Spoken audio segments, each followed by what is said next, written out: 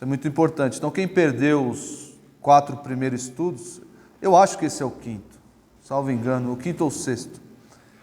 Então, quem perdeu, vá lá na internet, no canal da igreja e assista, para que você não fique ignorante acerca desses assuntos. E você espere do pastor, às vezes, coisas que ele não deve fazer e não é responsabilidade do pastor. O pastor ele tem que sustentar os irmãos materialmente. Isso não é função do pastor. Por mais que alguns pastores, às vezes sozinhos na igreja, se envolvam nesse assunto, nessa tarefa, ela é principalmente uma tarefa diaconal. Então, a igreja ela tem os seus líderes, a sua estrutura montada por Deus de funcionamento. Nós devemos respeitar essa estrutura para o bom funcionamento da igreja. Então eu dividi aqui os deveres do pastor em 3 partes. O primeiro dever é o pastoreio, e aí eu expliquei, subdividi o pastoreio entre proteção, condução e exortação. Está tudo explicado nos vídeos anteriores. O segundo dever é pregação, também subdividi em ensino, guardião da sã doutrina e denúncia do erro. Nós já falamos sobre o ensino, já falamos no último estudo, falamos sobre o pastor ser guardião da sã doutrina, e hoje falaremos sobre o dever do pastor de denunciar o erro. Como é que ele deve fazer isso? Será que ele deve chegar só ali no irmão, isso que você está falando? Será que ele deve fazer isso de maneira pública? Será que ele pode citar nomes? Nós vamos ver isso à luz da Bíblia. O pastor como aquele que denuncia o erro. E em oportunidades futuras nós veremos o dever do pastor, que é o dever da oração, também subdividida. Vamos ver isso em pregações, em estudos posteriores. Mas hoje veremos aí o pastor como aquele que denuncia o erro. Denuncia o erro. Mas que erro é esse? Que erro é esse que o pastor denuncia? Será que o pastor é aquele que vive apontando o dedo na cara dos irmãos? Não faça isso, faça aquilo, você está errado, você está certo.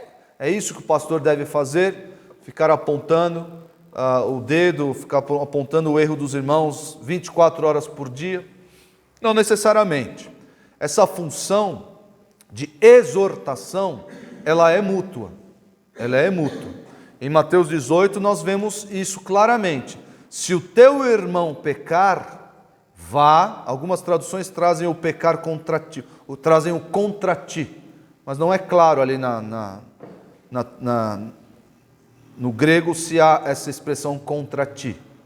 Se o seu irmão pecar, vá, chame o pastor. É isso que está escrito ali? Não. Se o seu irmão pecar, vá você e converse com o seu irmão, exorta o seu irmão. Coloca a mente do irmão no lugar. Coloca a mente do irmão no lugar. Esse é o termo para aconselhamento, colocar a mente dele no lugar. Parece que ela saiu do lugar e ele está fazendo coisas erradas. Vá você e faça isso sozinho. Então essa função de detectar e de exortar os erros é uma função mútua. Não é uma função exclusiva do pastor. Por mais que o pastor faça isso, claro. Faça isso, o pastor conhece as pessoas, o pastor está na posição por causa da sua função, não é nada especial, não é nada, porque ele é... Não, por causa da sua função. O pastor está em uma posição em que ele conhece um pouco mais a vida dos irmãos. Porque as pessoas até vêm falar com ele, vêm pedir conselho. O pastor visita a casa dos irmãos, sabe como os irmãos respondem em determinadas situações. Não é aquela pessoa inatingível. Pelo contrário, o pastor deve andar junto com os irmãos. Deve frequentar a casa dos irmãos. E os irmãos devem frequentar a casa do pastor. Uma das qualidades que o pastor deve ter é ser hospitaleiro. Por mais que essa qualidade naquela época servia a um propósito diferente, porque naquela época existiam muitos missionários itinerantes. E a casa do pastor deveria servir como um reduto de descanso para esses missionários itinerantes. Eliseu, se os irmãos lembram, Eliseu foi um missionário itinerante. Na verdade, ele era um profeta, né? Mas ele passava muito pela região ali fugiu o nome da senhora, a Sunamita. E ela com o seu marido decidiram o quê? Construir um puxadinho. Vamos construir um puxadinho aqui para Eliseu, para quando ele passar aqui, ele repousar conosco e ficar aqui. Essa função de hospitalidade o pastor deve exercer, deve ter na sua qualificação. O pastor deve ser hospitaleiro. Isso se aplica hoje também, não mudou. Hoje não tem mais missionário itinerante. Não. Se tiver, vamos receber. Mas o pastor deve ser hospitaleiro com relação aos irmãos. E por causa disso, que o pastor está mais presente na vida dos irmãos, ele sabe de coisas que os irmãos não sabem mutuamente, e é mais a sua função de exortar, de colocar os irmãos no caminho reto, é mais constante, mais frequente. Mas isso não torna essa função exclusiva do pastor. Então, mas afinal de contas, então, que erro que o pastor tem que denunciar aqui?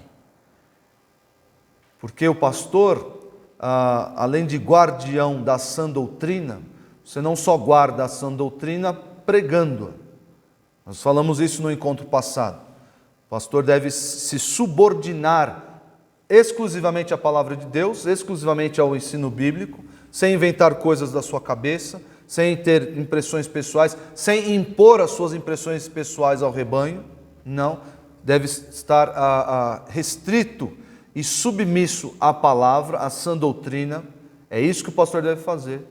Mas você também defende o rebanho apontando os erros doutrinários que podem vir a atingir o rebanho.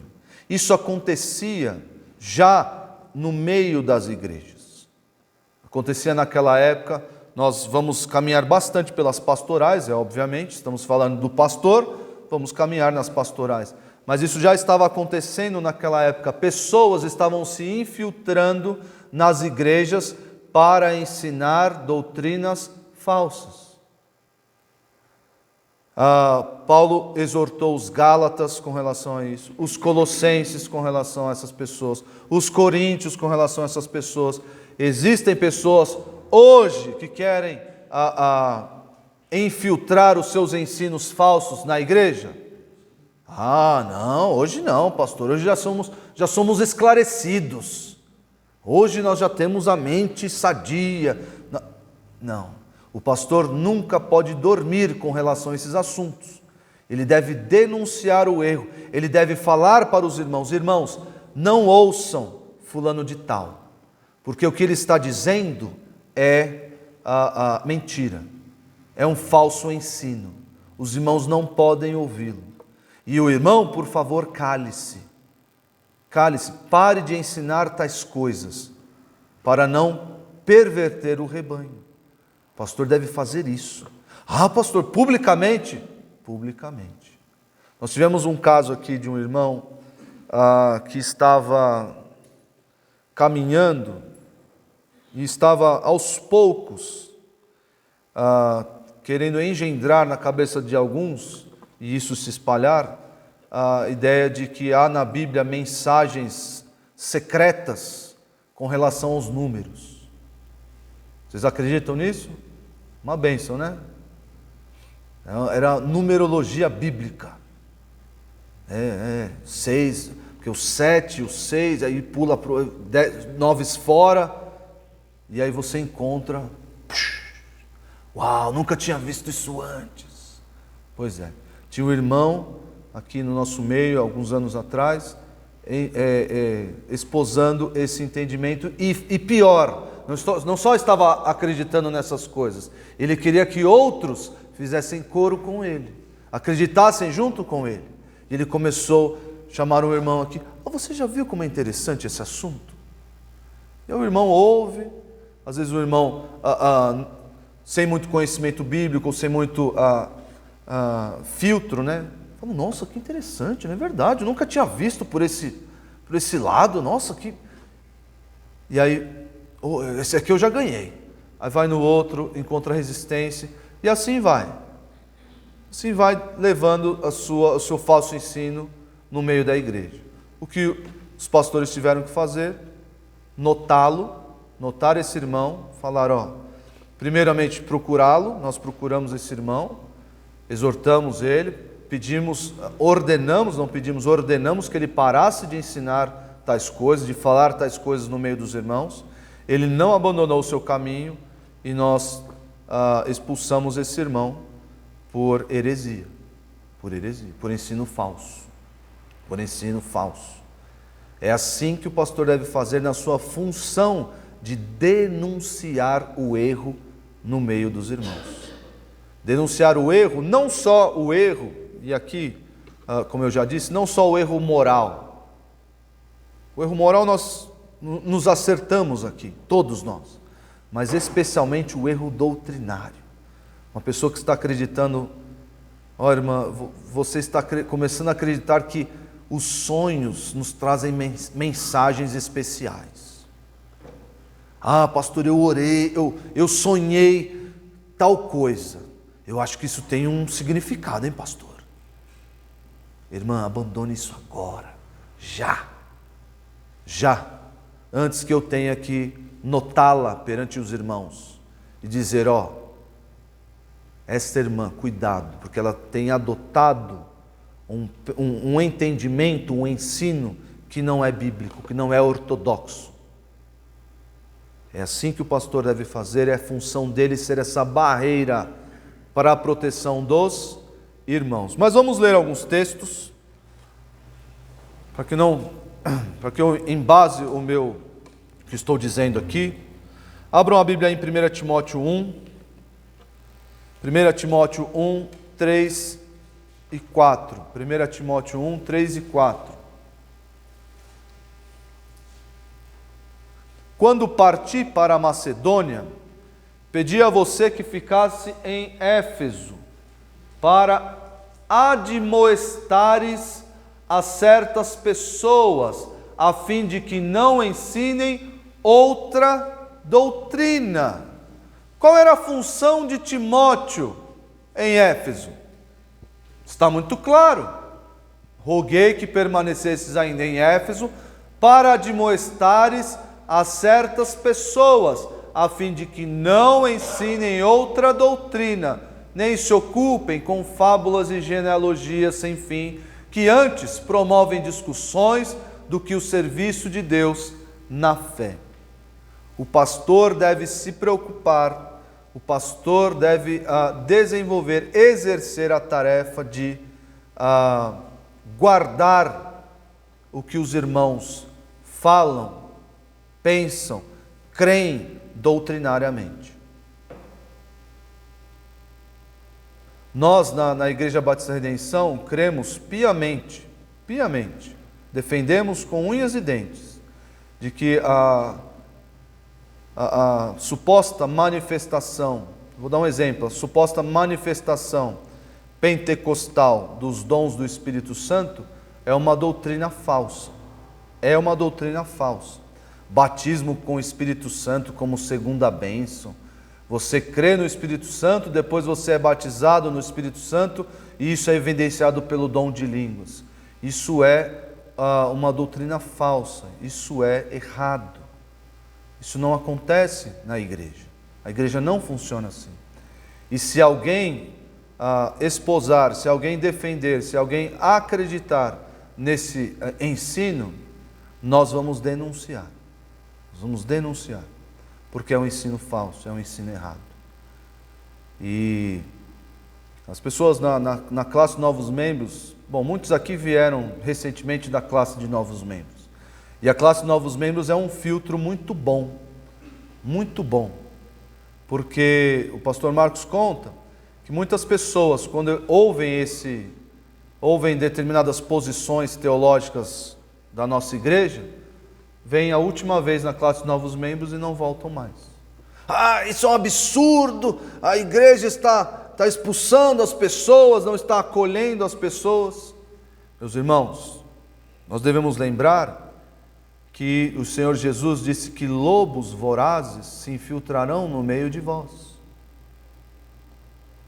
Graças a Deus pela classe de novos membros, porque muitos lobos passaram por ali.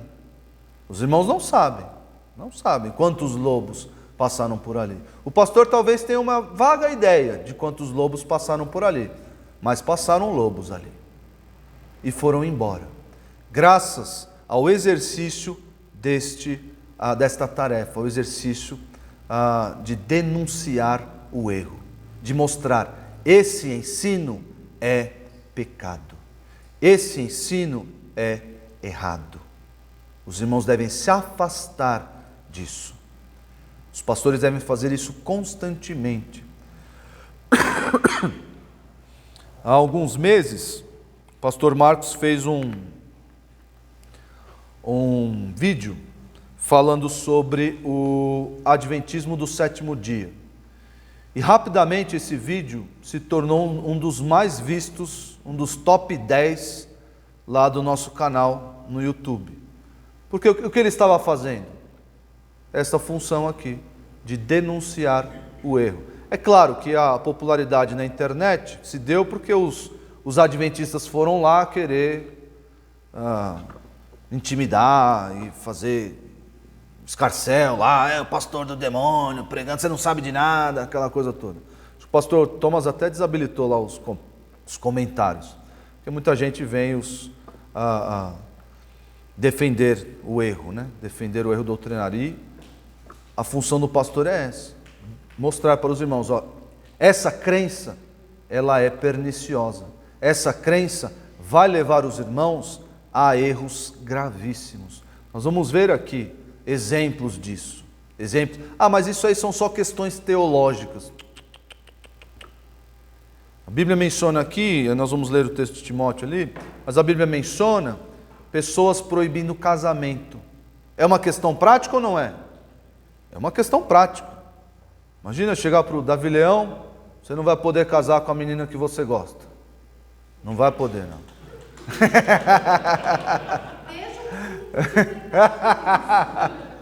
Não vai poder, Davi, não vai poder, porque isso aí eu estou mandando, eu sou ungido do Senhor. Você vai ter que casar com outra menina que ela é horrorosa, mas você vai ter que casar com ela, tá bom? É assim. E muitas igrejas fazem isso até hoje, viu, irmãos? Muitas igrejas fazem isso até hoje. Meu irmão, recebi uma palavra do Senhor que você vai ter que casar com ciclana. E as pessoas levam as suas vidas com base nesses achismos aí do pastor, ou de outros líderes, ou de supostos profetas. A igreja católica pode ser colocada nesse... Absolutamente, absolutamente. A igreja católica tem inúmeros erros doutrinários, inúmeros. A igreja católica dos dias atuais... Na questão só do casamento, eu sei que ela tem vários erros, assim, que ela não aceita, mas na questão do casamento, assim, eu vejo algumas coisas que eles demonizam, assim, ou demonizavam antigamente, que era o sexo dentro do casamento. Sim, sim. O pastor deve se preocupar com todas essas questões doutrinárias, todas elas. Se o catolicismo vê o sexo como apenas uma forma de reprodução, o pastor deve mostrar para o seu rebanho que Deus não pensa assim, que Deus colocou o livro de Cantares de Salomão no cânon para mostrar que não é só isso, que não é só para a reprodução, mas assim para deleite do casal. É isso. O pastor deve denunciar tudo isso. Tudo isso é doutrina. Isso é questão prática. Não, tudo isso é doutrina. Vocês veem como o Brenner lembrou algo que parece trivial, mas quem está na igreja católica acaba crendo nesses desvios. Acaba crendo. E a vida, olha, notem só como a vida vira uma tristeza, uma prisão. Uma prisão quando se crê no erro. Mas eu não posso ter prazer. Não, meus irmãos, Este é o ensino correto, a Bíblia diz tal coisa. Isso que a Igreja Católica ensina é errado. Isso que a Igreja Adventista ensina é errado. Isso que tal Igreja Batista ensina é errado. Já mencionei aqui no último estudo para os irmãos. Tem pastor batista crendo que a salvação não é mais pela fé em Jesus Cristo. Que isso não é o Evangelho. O Evangelho é você participar de um mundo governado por Deus, ter comunhão com seus amigos, ajudar os pobres, e isso é o Evangelho. Um pastor batista falando isso. A função do pastor é livrar os irmãos dessas coisas, do engano, apresentando para os irmãos o bom ensino. A função que Paulo deu para Timóteo em Éfeso, adverte certas pessoas que não ensinem coisas contrárias à verdade. Faça isso, Timóteo. Faça isso. Olha só Tito 1. Em Tito ele é mais incisivo. O apóstolo Paulo é mais incisivo. Ele não fala, adverte, fala aí com eles, para que eles não ensinem a verdade. Aqui em Tito ele é mais severo. Tito 1:10. Porque existem muitos insubordinados, palradores frívolos e enganadores, especialmente os da circuncisão. Quem são esses aqui, os da circuncisão? Você deve se salvar, crer em Jesus e o que mais? Ser circuncidado. Tinha esse pessoal, na Galácia também tinha esse pessoal aí. E parece que os gálatas estavam indo na onda. Estavam indo na onda e o apóstolo Paulo, não acredito. Não acredito que eu vou ter que voltar a ensinar tudo de novo para vocês. Mas aqui tinha gente também lá em Creta ensinando a salvação é pela fé, mas fé mais alguma coisa, mais circuncisão. Receita de seita. Não ficou redundante porque é seita com C e seita com S. Receita para... Se você quer montar uma seita na sua casa, quer ser rico, se bem que nasceu uma seita, dá dinheiro, pastor Nicolas, hoje em dia? Algumas, né?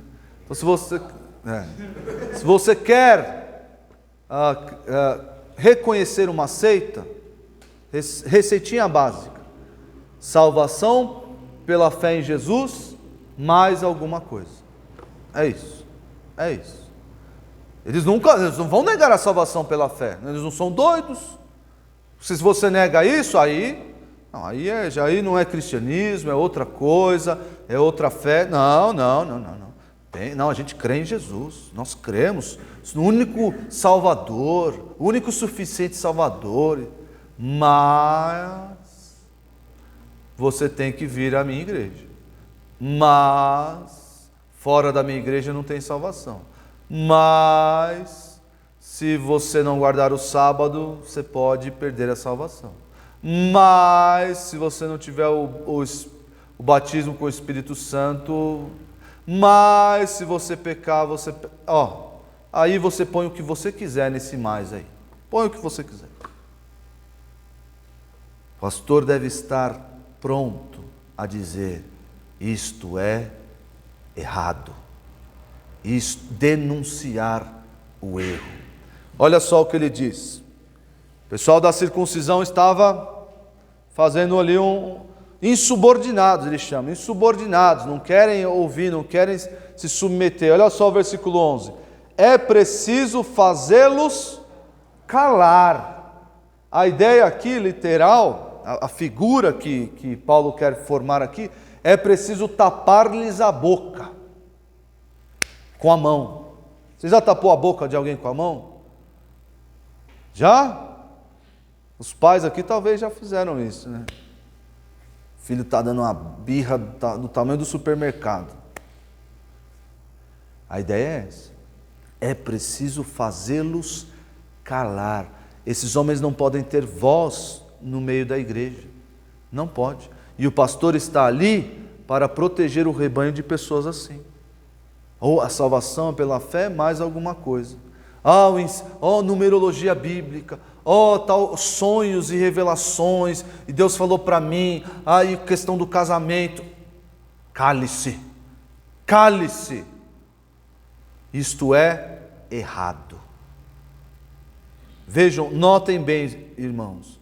Os irmãos, tendo ciência dessa função do pastor, podem cobrá-lo, podem se ver protegidos pelo exercício dessa tarefa, de denunciar o erro doutrinário no meio de vocês. Olha só, como é que o pastor vai fazer isso? Versículo 13. Na verdade eu vou ler o resto. Tito 1:11. É preciso fazê-los calar, porque andam pervertendo casas inteiras, ensinando o que não deve por torpe ganância. Nós não podemos cair na ingenuidade ou na tolice de crer que ensinos doutrinários não têm efeitos práticos, que ensinos meramente doutrinários não têm reflexos na vida das pessoas. Não, mas isso aí, essa questão de dons que cessaram, isso aí não tem reflexo na vida de ninguém. Olha só o reflexo aqui dos insubordinados da circuncisão. O que eles faziam? Eles pervertiam casas inteiras, ensinando o que não deve e mexia no bolso das pessoas, por torpe ganância. Foi mesmo dentre eles um seu profeta que disse: cretenses, sempre mentirosas, feras terríveis, ventres preguiçosos. Tal testemunho é exato, portanto, repreende-os severamente, para que sejam sadios na fé. Diga. Pastor, tem alguma relação com a ganância em relação ao dinheiro e à circuncisão que era feita? Ou seja, havia algum conceito histórico, algum indício histórico, que havia uma cobrança para os novos convertidos fazerem a circuncisão? No ensino bíblico não existe essa evidência, se eles cobravam, se os judeus cobravam pela circuncisão, mas é comum, isso vemos na igreja de Colossos, que toda doutrina ela é movida por ganância, e Paulo vai falar isso na segunda carta a Timóteo, na primeira carta a Timóteo no finalzinho. As pessoas movidas por torpe ganância, uma ganância desenfreada, são pessoas que esposam, que têm ali aliados a ela uma doutrina errada. Porque o que você faz? Isso em qualquer área do conhecimento, não só na área doutrinária bíblica. Você escraviza as pessoas com a mentira. Escraviza elas. E se você é detentor dessa doutrina ou dessa mentira, você é a referência.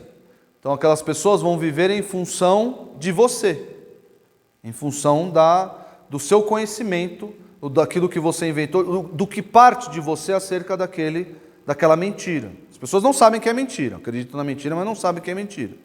Isso em qualquer área. Nós vemos, por exemplo, isso na política recentemente. Questão de viés político, as pessoas crendo na inocência de uns e na corrupção de outros, e vemos isso. Pessoas cegas para fatos. Assim como acontece na Bíblia, as pessoas se tornam cegas para a sã doutrina. Pessoas que não querem crer na sã doutrina. Paulo também vai falar a Timóteo, nos últimos tempos as pessoas se cercariam de mestres segundo as suas próprias cobiças. Então eu quero aquela pessoa, e eu dou dinheiro para ela, eu quero ouvir o que aquela pessoa diz, porque eu gosto, porque eu quero mesmo, e eu dou dinheiro para ela continuar falando aquelas mentiras. Não que a pessoa saiba disso. Se bem que muitos... Hoje em dia, parece que diminuiu muito o número. Acho que no começo dos anos 90, existia uma tendência ali, ou nos anos 80, existia uma tendência com a proliferação de muitas igrejas pentecostais, ou Universal do Reino de Deus, essas igrejas aí da teologia da prosperidade, muitas pessoas eram enganadas, de fato eram enganadas. Dê tanto para Deus que Deus vai te multiplicar, Deus vai te dar o quíntuplo, enfim. Mas isso é falado diariamente no rádio. Então, mas parece que meu raciocínio é no seguinte sentido: as pessoas ouviam isso, ok, e davam lá o seu dinheiro na Igreja Universal, na Igreja Mundial, seja lá o que for. Mas hoje parece que as pessoas gostam disso aí. Hoje parece que elas buscam isso daí, essa mensagem no rádio. Agrada ouvir que se eu der 1.000, Deus vai me dar 10.000. Eu não vou para um outro lugar, agora com a difusão da internet, rede social, YouTube, as pessoas ouvem a sã doutrina como sentindo coceira nos ouvidos. Eu não quero ouvir isso daí. Eu quero ouvir que se eu der 1.000, Deus vai me dar 10.000. Eu quero ouvir aquele coach que se diz pastor, ou pastor que se diz coach, sei lá, falando que Deus fez uma grande reforma na sua vida, que Ele pôs 1 milhão lá no altar e Deus colocou 10 e fez. É isso que eu quero ouvir. Parece que existem menos pessoas enganadas hoje em dia e mais pessoas querendo ouvir essas coisas. Querendo. Então, você não precisa cobrar, como você perguntou, cobrar, estou cobrando pela circuncisão. Você não precisa. O próprio engano leva a pessoa a dar dinheiro, a sustentar. Por quê? 2 motivos. Porque eu quero ouvir aquilo e porque eu estou enganado por aquilo que a pessoa disse. Estou cego para o engano. Estou cego, não enxergo que aquilo não é a verdade. Até que vem o Espírito Santo e revela, e tira as escamas dos olhos. Mas eu vou lá e dou dinheiro. Não tem problema nenhum, está aqui. Voluntariamente faço isso. Então, Pedro vai falar isso, que os pastores devem pastorear o rebanho. Pastorear o rebanho, não movidos por torpe ganância, mas de livre vontade. Essa livre vontade não é só eu sou pastor porque eu quero ser pastor, mas eu sou pastor mesmo que isso não me gere retorno financeiro. O pastor deve ter isso em mente. Eu quero ser pastor não por carreira, não, quero almejar essa linda carreira. Volta e meia, o pastor Nicolas e eu nos reunimos lá na Sala Vermelha, que nós ficamos aqui na igreja durante a semana, e a gente, nas nossas conversas, sempre terminamos, para ser pastor você tem que ser vocacionado mesmo, porque, não é por grana, não é por status social, não é porque às vezes tem problemas que se colocam diante de nós, que qualquer outro trabalho você ia pedir demissão, eu estou fora, eu não nasci para isso, eu vou buscar outra empresa, eu não sou obrigado, mas graças a Deus por sua graça sobre nós, que move os pastores a quererem ser pastor, mesmo que isso não gere retorno financeiro.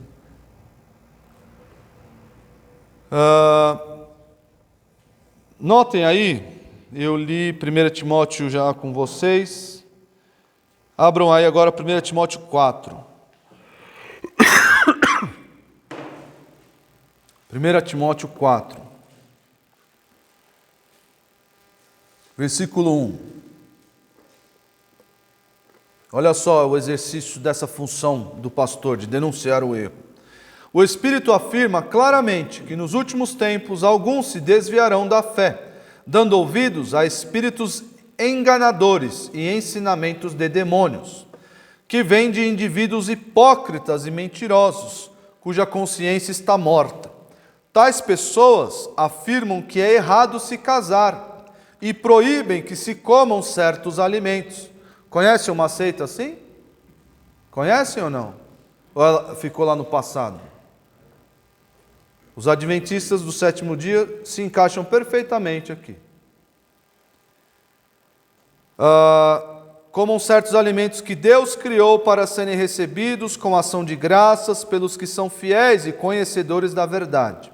Porque tudo o que Deus fez é bom, não devemos rejeitar nada, mas a tudo receber com ação de graças, pois sabemos que se torna inaceitável, ou se torna aceitável pela palavra de Deus e pela oração. Olha só o que o pastor deve fazer agora. Expondo estas coisas aos irmãos, será um bom servo de Cristo Jesus, nutrido pela mensagem da fé e pelo bom ensino que tem seguido. O pastor precisa falar para os irmãos: isto é pecado, isto é errado. Quando surge uma igreja aí com uma mensagem nova, o pastor deve ouvir algum burburinho no meio dos irmãos. Opa, o que estão falando aí? O que está acontecendo aí?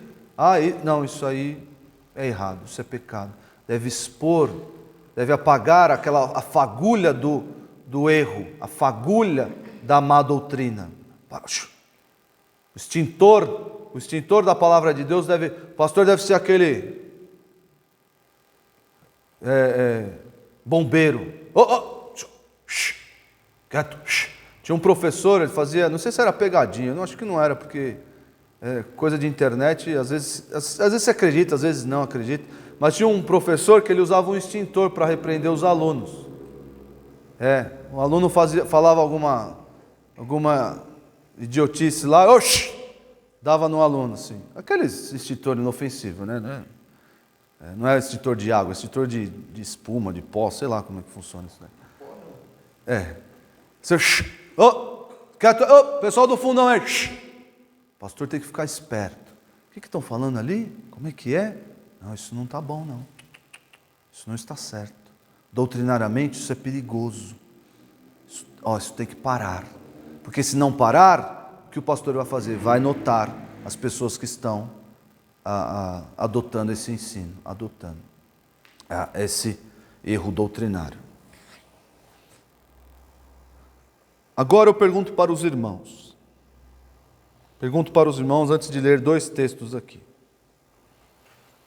Já disse para vocês que essas pessoas devem ser notadas. O que significa isso?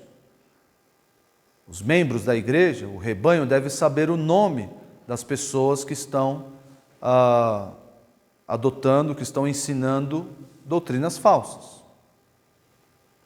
No mundo secularizado, no mundo em que tudo é questão de opinião, nós podemos continuar a apontar nomes e não doutrinas?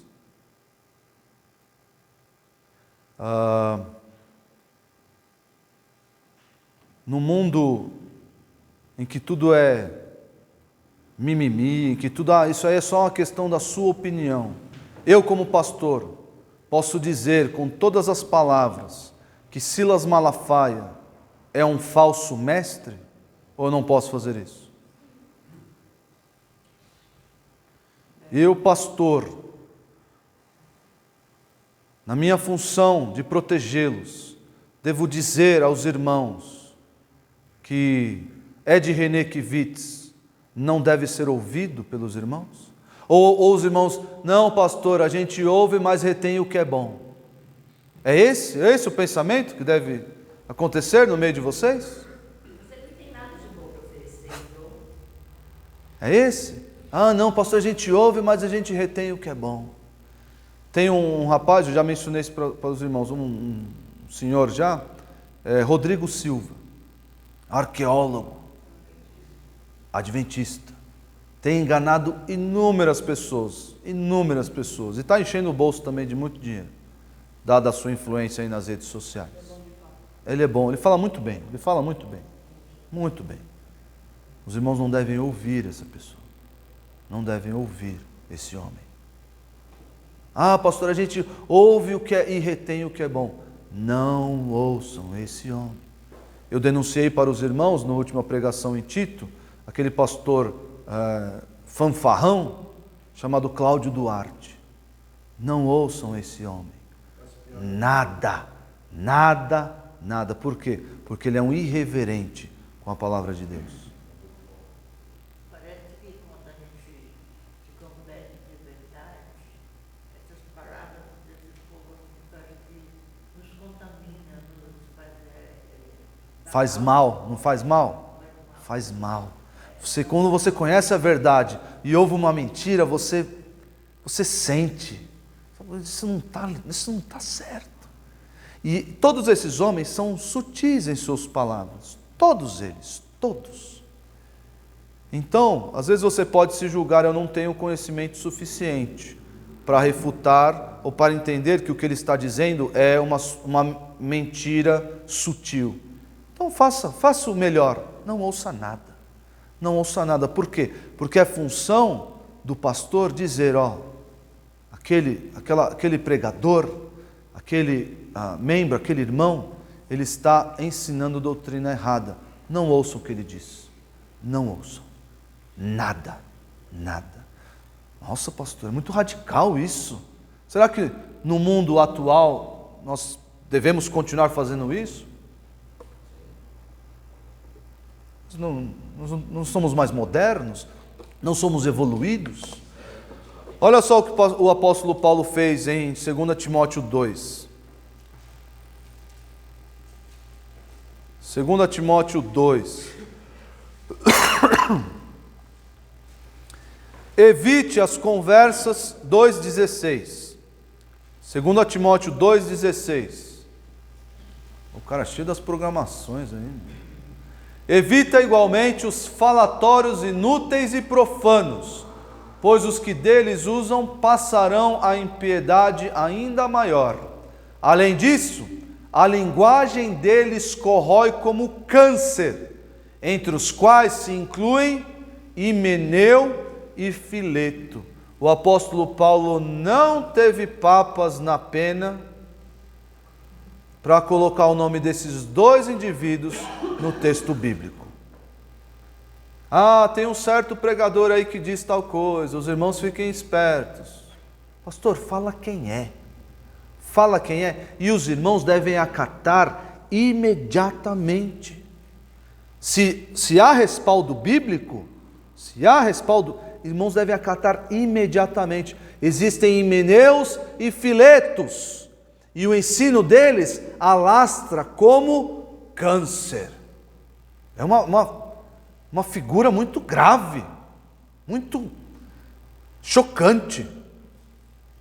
O câncer, quando dá metástase, questão de meses para a pessoa falecer.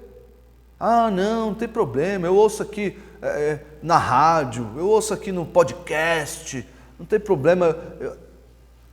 Apaga.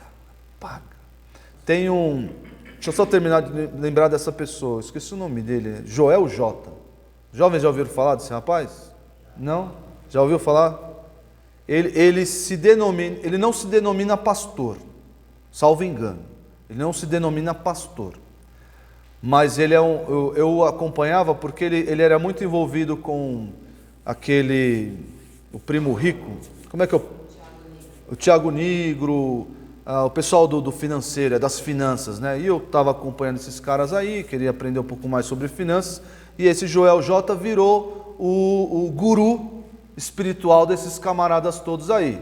Diz que até o Tiago Negro se converteu, foi batizado no Rio Jordão. O Joel J mesmo, não é o outro que você está falando? Então, O Joel J ele é professor de educação física. Qual que é o outro que é?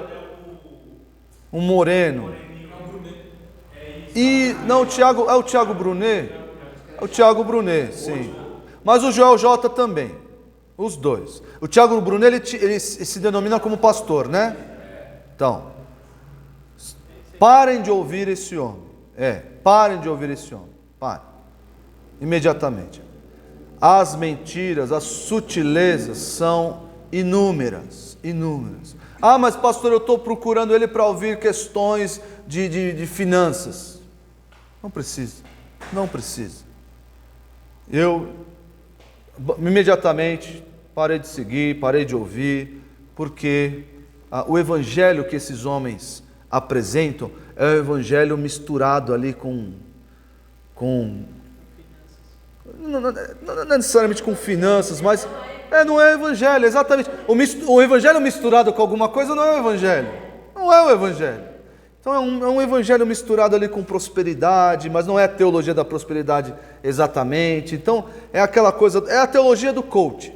É a teologia, é adulterado, é a teologia do coach. É o gesto do leite. Exatamente, exatamente. Pastor, Diga. eu venho da Assembleia de Deus, e muita gente. Um dos costumes para encher as igrejas é você idolatrar pregadores. E aí você fala, hoje vai vir pregar na nossa igreja, sabe quem? Tal pastor. Então, cada pastor que vem pregar, ele vem com doutrinas diferentes, dentro da própria igreja. Então, esse pastor famoso, ele vem e traz uma doutrina diferente. Aí no outro domingo vem outro pastor famoso, ele traz uma outra doutrina. Então, dentro da própria igreja não há uma auditoria, não há um controle do que se vai falar. Desde que ele seja um cara famoso, e ele cobra. Olha, para mim aqui ele cobra R$500. Mas ele cobra, e com ele, as multidões vêm. E as multidões colocam dinheiro, pagam. Então isso, a pessoa que está dentro da igreja, ela não consegue enxergar isso. Entendeu? Tem cara que chega, olha, o tema da pregação hoje vai ser, nós vamos para um velório. Velório? Então, quanto mais criativo é o cidadão, mais famoso ele é. E aí ele vem com uma outra doutrina, ele acrescenta uma outra coisa, e a igreja fica ali, e o pastor que convida, ele não quer nem saber, tudo é bom, tudo é ótimo. A igreja fica louca. O Antônio falou sobre essa questão aí da retórica, né? do tema e das apresentações, o modo como a pessoa apresenta, seja lá o que ela for falar e dizer. Os irmãos devem... Eu creio que existem 7.000 que não dobraram os joelhos a Baal.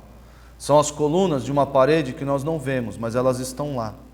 Eu creio que existem pastores em igrejas pequenas, em igrejas médias, em igrejas grandes, que estão pregando expositivamente, que estão ensinando, explicando o versículo, o texto para os irmãos. Porque esse tipo de pregação está em extinção. Está em extinção. Esse tipo de pregação que explica o versículo, que explica o texto. Essa pregação é o mico-leão dourado da igreja. Está em extinção. Por quê? Porque esse tipo de pregação... Outros Gideões, cada um fala uma coisa. Está cheio. Vem lá o pastor fulano de tal.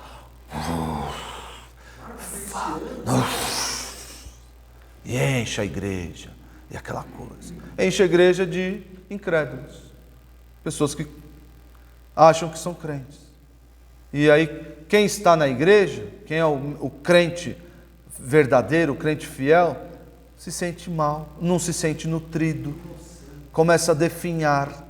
Pô, não tenho pregação da palavra aqui. Cada domingo é uma coisa, um negócio, uma bagunça, eu não me alimento da palavra de Deus explicada.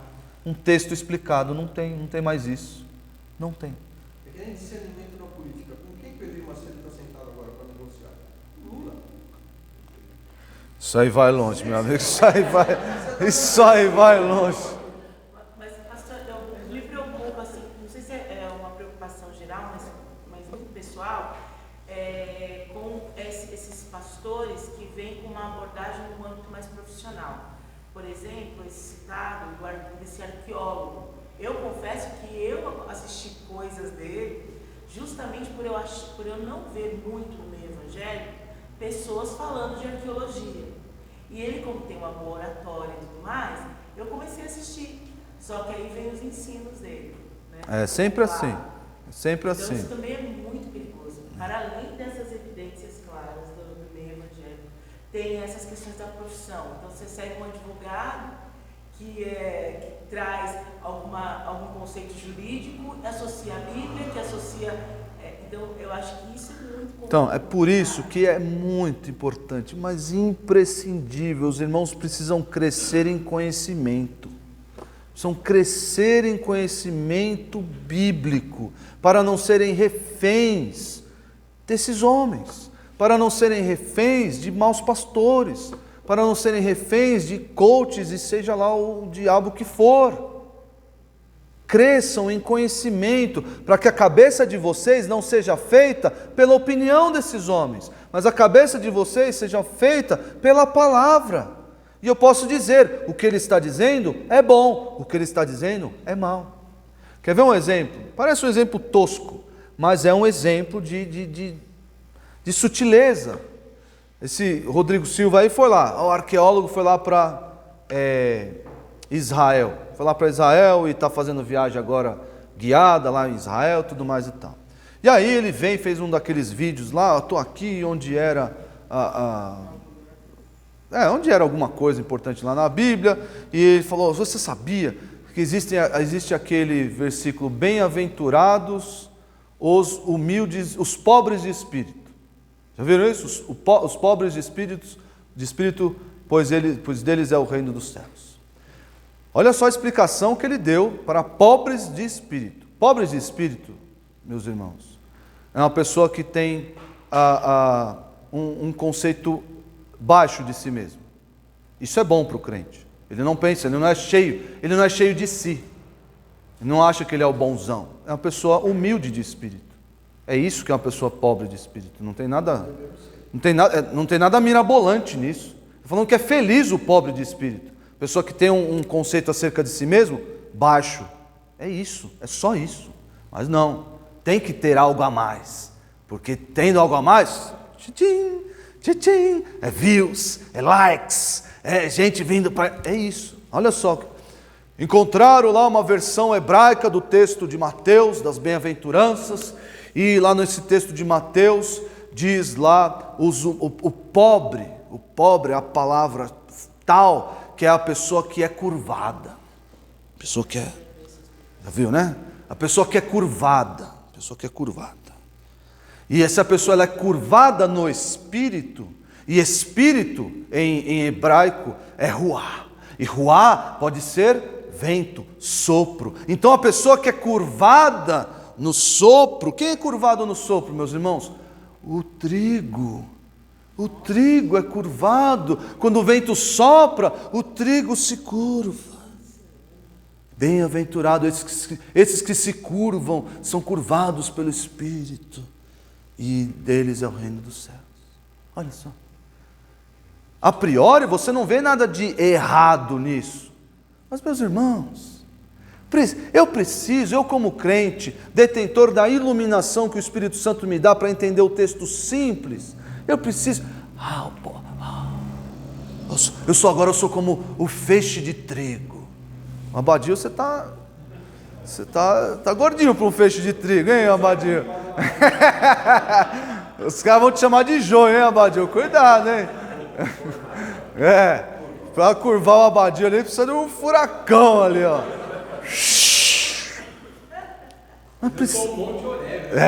Não é, exatamente, não é nada de feixe de trigo, aí é um monte. E, meus irmãos, olha só a sutileza, olha só.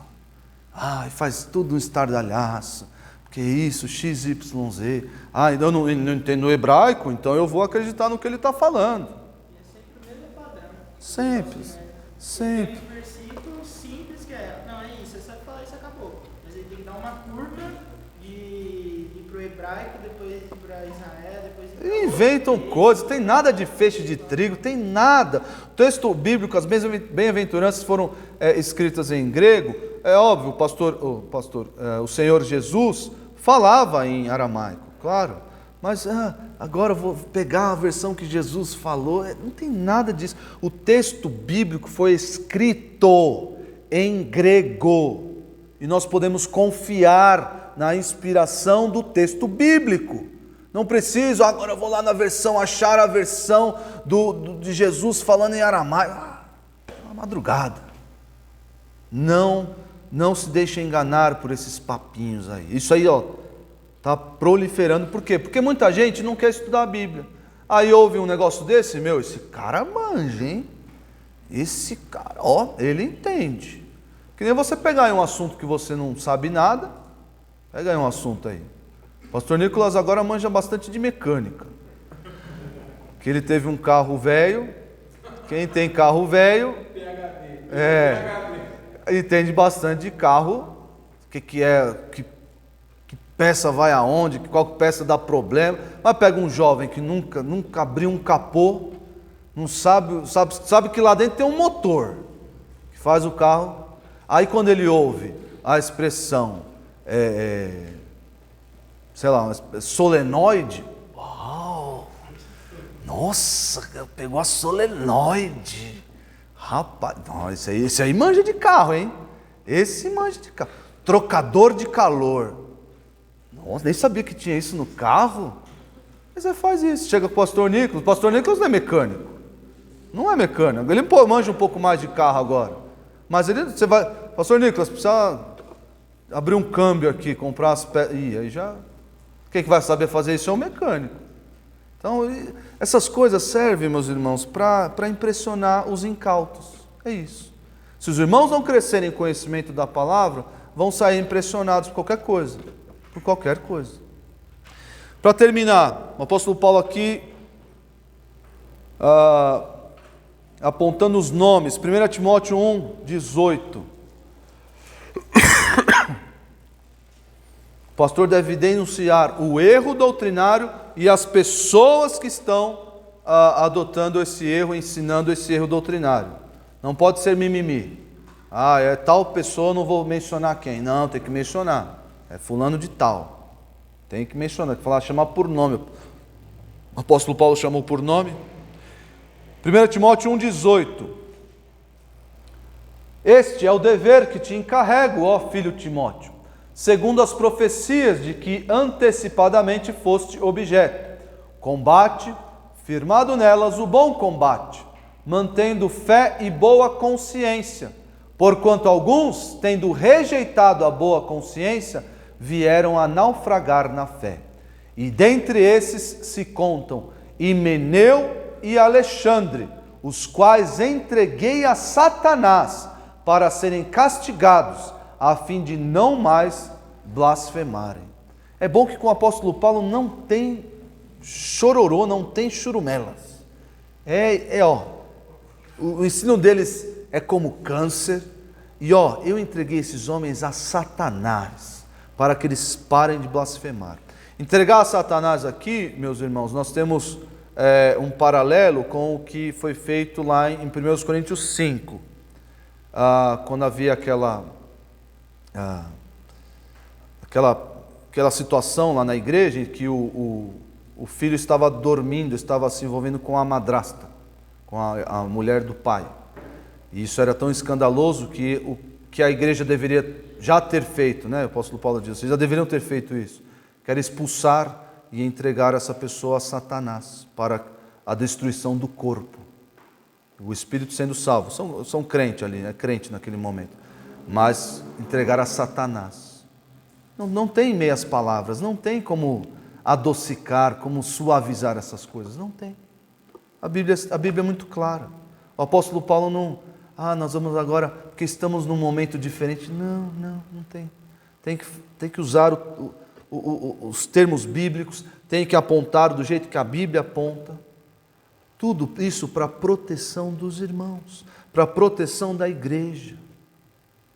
Para que os irmãos vivam em paz, em união, e união, especialmente união doutrinária. Tenham o mesmo modo de pensar.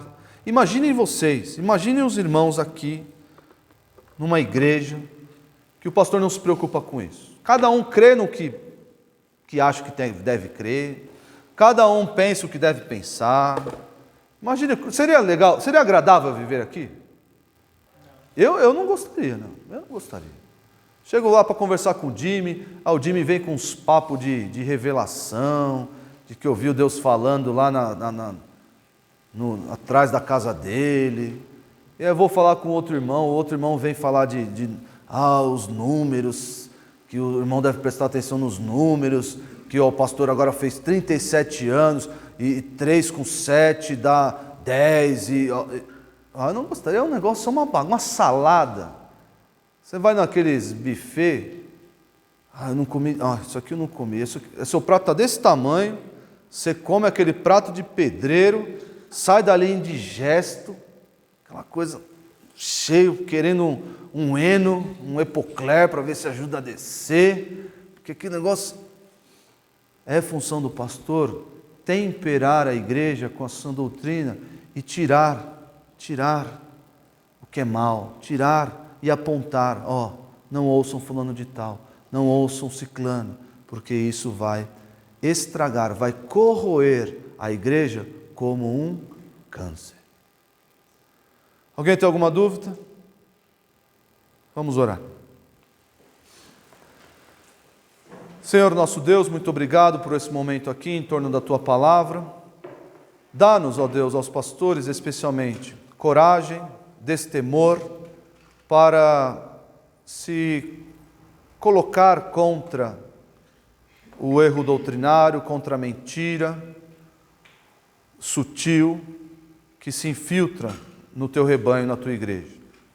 Que o Senhor dê aos pastores intrepidez para denunciar pessoas que fazem isso, sem medos sociais, sem medo de humilhação, de perseguição, sabendo que essa nossa missão tem respaldo na Tua Palavra e é aprovado pelo Senhor para a proteção do Teu santo povo. Abençoa a nossa igreja, livra-nos de erros doutrinários que destroem famílias, lares e vidas. Proteja-nos no retorno aos nossos lares. Em nome de Jesus, amém.